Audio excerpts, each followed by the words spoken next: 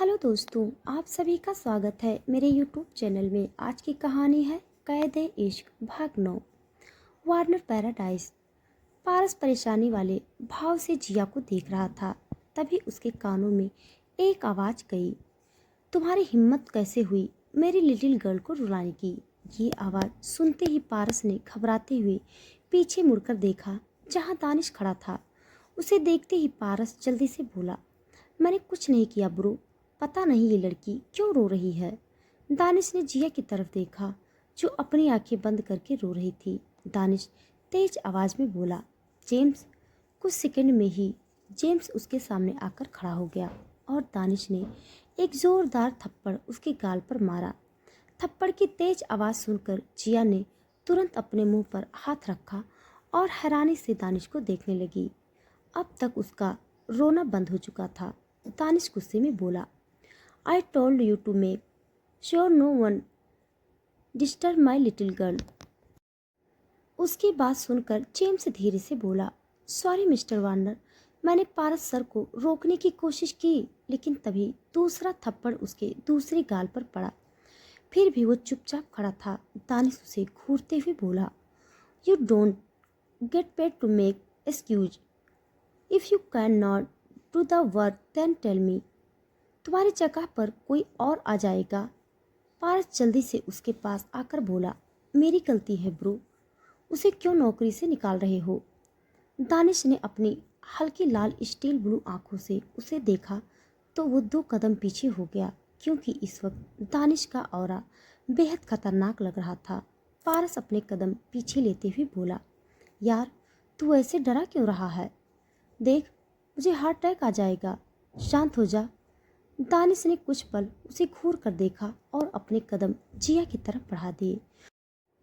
उसे अपनी तरफ आते देख जिया की सांसें तेज हो गई और वो जल्दी से बोली, मिस्टर वार्नर। तभी दानिश ने उसकी बाँह पकड़कर उसे अपने करीब खींच लिया और सॉफ्ट आवाज़ में बोला, लिटिल गर्ल, इसने कुछ किया तुम्हारे साथ। उसका सवाल सुनते ही जिया की नज़रें पारस की तरफ चली गई। पारस ने तुरंत अपने कान पकड़ लिए और रोनी सी शक्ल बनाते हुए ना में सर हिलाने लगा। उसकी हरकतें देखकर अनजाने में ही जिया के होठों पर हल्की सी मुस्कुराहट आ गई। वो पहली बार पारस को भीगी बिल्ली बनते हुए देख रही थी और उसे बहुत मज़ा भी आ रहा था। दानिश ने अपनी आंखें छोटी करके पारस की तरफ देखा तो वो जल्दी से सीधा खड़ा हो गया। दानिश ने उसे घूरते हुए बोला, दिन भर मेरे सर पे खड़े रहना।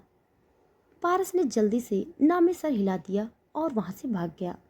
तभी दानिश की नज़रें जेम्स की तरफ चली गई जो सर झुकाकर वहीं पर खड़ा था। दानिश तेज आवाज़ में बोला, you need a spirit invitation. उसके बाद सुनते ही जेम्स हड़बड़ाते हुए वहां से भाग गया। अब स्टडी रूम में सिर्फ दानिश और जिया ही बचे थे। सबके जाने के बाद जिया भी वहां से जाने लगी। तभी दानिश ने उसे पीछे से अपनी बाहों में भर लिया और उसके कंधे पर चिन रखते हुए बोला, where are you going my sweet little heart. मैंने तुम्हें जाने के लिए नहीं बोला है। बोलते हुए उसने अपने होठों से जिया के कान को छू लिया। उसके टच से जिया के रोंगटे खड़े हो गए और उसकी धड़कनें बुरी तरीके से शोर करने लगी।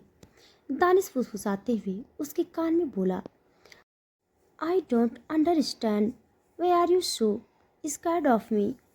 बोलते हुए उसने जिया को अपनी तरफ घुमाया। जिया की नज़रें झुकी हुई थी। वो घबराते हुए इधर उधर देख रही थी। उसे समझ नहीं आ रहा था कि वो क्या बोले। तभी उसके दिमाग में कुछ आया और वो धीरे से बोली, मुझे वॉशरूम जाना है। उसकी बात सुनकर दानिश ने कुछ पल उसे देखा और अगले ही पल 2 कदम पीछे हो गया। जिया तुरंत भागते हुए वहाँ से निकल गई। दानिश बिना किसी भाव के बोला, कहाँ तक भागोगी लिटिल गर्ल, आखिर में सभी रास्ते तुम्हें मेरे पास ही लेकर आएंगे। बोलकर वो भी जिया के पीछे निकल गया। दानिश का बेडरूम। जिया वॉशरूम से बाहर आ गई और उसकी नज़रें बेड की तरफ चली गई। दानिश पहले से चेंज करके बेड पर बैठा हुआ था। उसकी नज़रें अपने फ़ोन पर थी। जिया चुपचाप अपने साइड जाकर बेड पर लेट गई। उसकी पीठ दानिश की तरफ थी। उस सामने देखते हुए अपने मन में बोली, कैसे बात करूं? अगर इसे फिर से पागलपन के दौरे पड़ गए तो। ये क्रेजी साइको वार्नर फिर से बेचारे जेम्स को यहाँ बुलाएगा और उसे थप्पड़ मारेगा। बोलते हुए उसने इरिटेट होकर अपनी आंखें बंद कर ली। तभी दानिश उसके कान के पास आकर बोला, लिटिल गर्ल, क्या सोच रही हो तुम?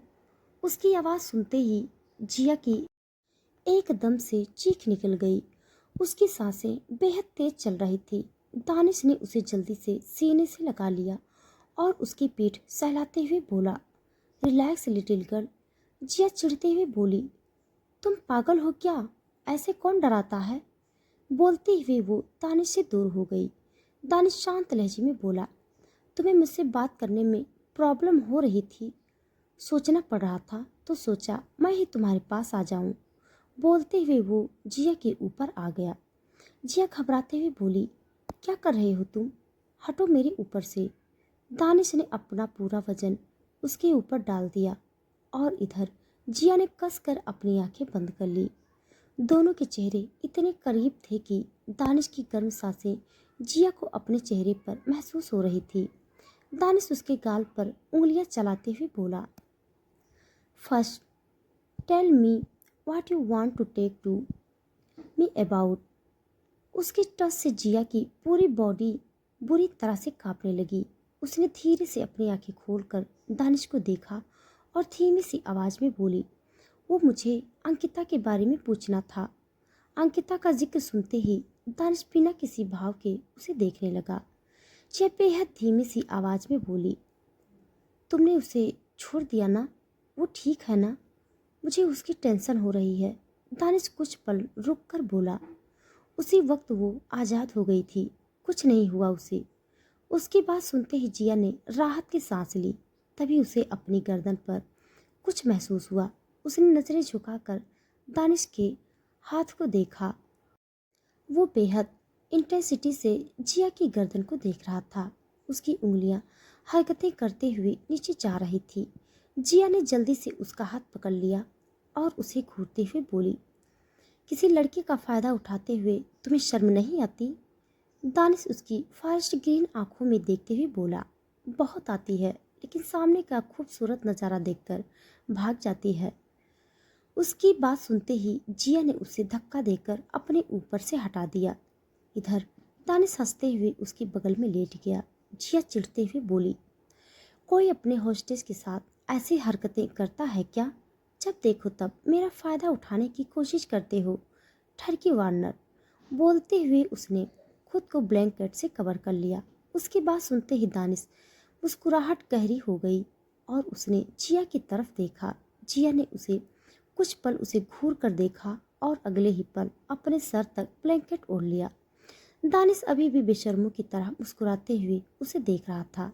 अगले दिन Mittal villa air car villa के सामने आकर रुकी और एक लड़का कार के बाहर आते हुए किसी से फोन पर बातें कर रहा था। उसकी आंखों में ब्लैक शर्ट थे और उसके सिल्की बाल हवा में लहरा रहे थे।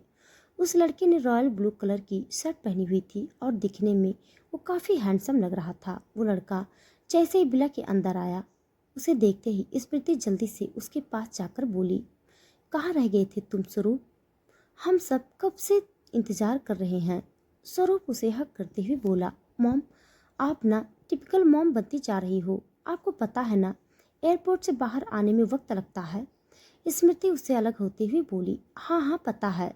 तभी धनराज जी बोल पड़े, बरखुरदार, अपने दादा से भी मिलिए। स्वरूप मुस्कुराते हुए उनके पास गया और उनके पैर छूते हुए बोला, दादाजी कैसे हो आप? धनराज जी तुरंत उसे गले लगाते हुए बोले, खुश रहो और हमेशा एक बात याद रखना कि ये धनराज मित्तल कितना भी बूढ़ा हो जाए, इतनी जल्दी उसे कुछ नहीं होगा। स्वरूप हंसते हुए बोला, आप नहीं सुधरने वाले। बोलते हुए उसकी नज़रें अखिलेश की तरफ चली गई। वो अखिलेश सामने आकर रुका और बोला, डैड, आपने मुझे पहले ही बता दिया होता तो मैं जल्दी आ जाता। हमारी प्रिंसेस से ज़्यादा इम्पोर्टेंट कुछ भी नहीं है। अखिलेश उसके कंधे पर हाथ रखते हुए बोला, तुम्हारा मैसेज पहुंचा दिया है, आगे क्या करने का सोचा है तुमने? स्मृति बीच में ही बोल पड़ी, जो भी सोचा है वो बाद में डिस्कस कर लेना, पहले फ्रेश हो जाओ। स्वरूप ने कहा, हाँ, और अपने कमरे की तरफ निकल गया। कुछ देर बाद वार्नर पैराडाइज। जिया जल्दी जल्दी तैयार हो रही थी और आज वो बहुत ही खुश लग रही थी क्योंकि उसके एग्ज़ाम का आज आखिरी दिन था। वो मिरर में खुद को देखते हुए बोली, आज आखिरी दिन है, इसके बाद मैं टेंशन फ्री हो जाऊंगी। बोलते हुए उसने अपना बैग उठा लिया और कमरे से बाहर निकल गई। कुछ मिनट बाद वो पैराडाइज के बाहर आ गई और उसकी नज़रें दानिश की तरफ चली गई। वो पहले से ही कार के पास खड़ा था और अपने फ़ोन में कुछ कर रहा था। जिया जल्दी से पैसेंजर सीट पर बैठ गई और दानिश के आने का इंतज़ार करने लगी। लगभग 10 मिनट बाद वो खुद से ही बोली, एक क्रेजी साइको वार्नर आ क्यों नहीं रहा है। बोलते हुए उसने कार का दरवाज़ा ओपन किया और नीचे उतर गई। इधर दानिश के होठों पर इविल स्माइल आ गई थी। जिया उसके पास आकर बोली, हमें लेट हो रहा है, तुम क्या कर रहे हो। बोलते हुए उसने दानिश का हाथ पकड़ लिया और उसे खींचते हुए ड्राइविंग सीट की तरफ ले गई। दानिश ने एकदम से उसे कार के दरवाजे से लगा दिया और उसकी फॉरेस्ट ग्रीन आंखों में देखते हुए बोला, this is every word little girl. Jiya ना समझी में बोली, मतलब क्या। दानिश उसके दोनों तरफ हाथ लगाते हुए बोला, I have not touch you for a word and you are coming in front of me and touching me. एक हफ्ते से मैंने तुम्हें टच नहीं किया और तुम सामने से आकर मुझे टच कर रही हो। तुम मुझे सेड्यूस करने की कोशिश कर रही हो। Do you want me come closer to you. Jiya हैरानी से उसे देखते हुए बोली, नहीं तो क्या बोल रहे हो तुम, मैं ऐसा क्यों करूँगी। दानिश उसके गाल पर उंगलियां चलाते हुए बोला, I was away from you and now you yourself have triggered me by touching me. तो अब तुम ही मुझे शांत करोगी। जिया जल्दी से बोली, एक्सक्यूज मी, तुम मुझ पर इल्ज़ाम लगा रहे हो। देखो, मैंने जानबूझकर कुछ नहीं किया है। तुम आ नहीं रहे थे तो बस जल्दी जल्दी में मैंने। दानिश ने उसके होठों पर उंगली रखकर उसे चुप करा दिया। जिया हैरानी से उसकी स्टील ब्लू आंखों में देखने लगी। दानिश उसके चेहरे के करीब आते हुए बोला, you target me, so now as punishment you have to kiss me. उसकी बात सुनते ही जिया तेज आवाज में बोली, व्हाट, दिमाग खराब है क्या तुम्हारा, मैं ऐसा कुछ नहीं करने वाली। बोलकर वो दूसरी तरफ देखने लगी। दानिश कुछ पल रुक कर बोला, सोच लो, आज आखिरी दिन है एग्जाम का। It may happen that you are not able to appear for the exam. कहीं ऐसा न हो कि तुम एग्जाम के लिए जा ही न पाओ। जिया ने झट से उसकी तरफ देखा और जल्दी से बोली, तुम मेरा फ़ायदा उठाने की कोशिश कर रहे हो, तुम्हें शर्म नहीं आती। दानिश टेबल स्माइल करते हुए बोला, बहुत आती है, लेकिन सामने का खूबसूरत नज़ारा देखकर भाग जाती है। उसके बात सुनते ही जिया इरिटेट होकर उसे देखने लगी। दानिश बेफिक्री से बोला, come on little girl, it's just a किस। जिया ने अपनी आंखें बंद करके गहरी सांस ली और फिर उसकी तरफ देखते हुए बोली, I will kiss you on the cheek, don't accept more than that. Danish ने तुरंत अपना गाल उसके सामने कर दिया। जिया उसे घूरते हुए अपने मन में बोली, ठरकी वार्नर कहीं का। दानिश तिरछी नज़रों से उसे देखते हुए बोला, you are cursing me in your mind. उसकी बात सुनते ही जिया की आंखें हैरानी से बड़ी हो गई। वो हड़बड़ाते हुए बोली, नहीं तो ऐसा कुछ नहीं है। दानिश उसी तरह से बोला, देन डू इट फास्ट। जिया ने हाँ में सर हिला दिया और उसके चेहरे की तरफ बढ़ने लगी। उसे ये सब बहुत अजीब लग रहा था। उसने अपनी आंखें बंद कर ली और अपने होठ दानिश के गाल के पास ले गई। इधर दानिश ने डेविल स्माइल करते हुए अपने होठ उसकी तरफ बढ़ा दिए।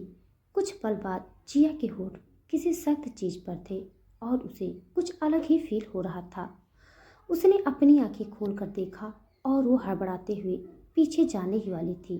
तभी दानिश ने उसके बालों को अपनी मुट्ठी में भर लिया और उसे अपने बेहद करीब खींच लिया। वो बहुत प्यार से जिया के होठों को शक करने लगा। जिया उसकी पकड़ से छूटने की कोशिश कर रही थी, लेकिन दानिश ने अपने दूसरे हाथ से उसे अपनी बाहों में जकड़ लिया। अब तो जिया का हिलना भी बहुत मुश्किल था। दानिश की मस्कुलर बॉडी के सामने वो छोटी सी बच्ची लगती थी।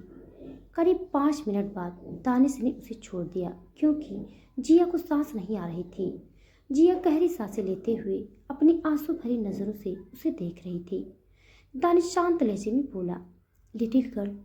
तभी एक थप्पड़ उसके गाल पर पड़ा। जिया ने गुस्से से उसे थप्पड़ मार दिया था। वो रोते हुए बोली, तुमने प्रॉमिस किया था ना, तुम मुझे टच नहीं करोगे, तो क्यों किया? बोलते हुए वो पूरी तरह से रोने लगी। दानिश चुपचाप उसे देख रहा था। जिया के थप्पड़ मारने से उसे कोई फर्क नहीं पड़ रहा था। कोई था जो पैराडाइज के अंदर से ये सब देख रहा था। वो कोई और नहीं, पारस ही था। वो खुद से ही बोला, पता नहीं किस हद तक जाएगा ये इंसान। सारा आंटी से बात करनी होगी, बोलकर वो वहां से निकल गया। तो दोस्तों, आज के लिए बस इतना। इसके आगे का भाग जानने के लिए आप सब मेरे साथ बने रहिए।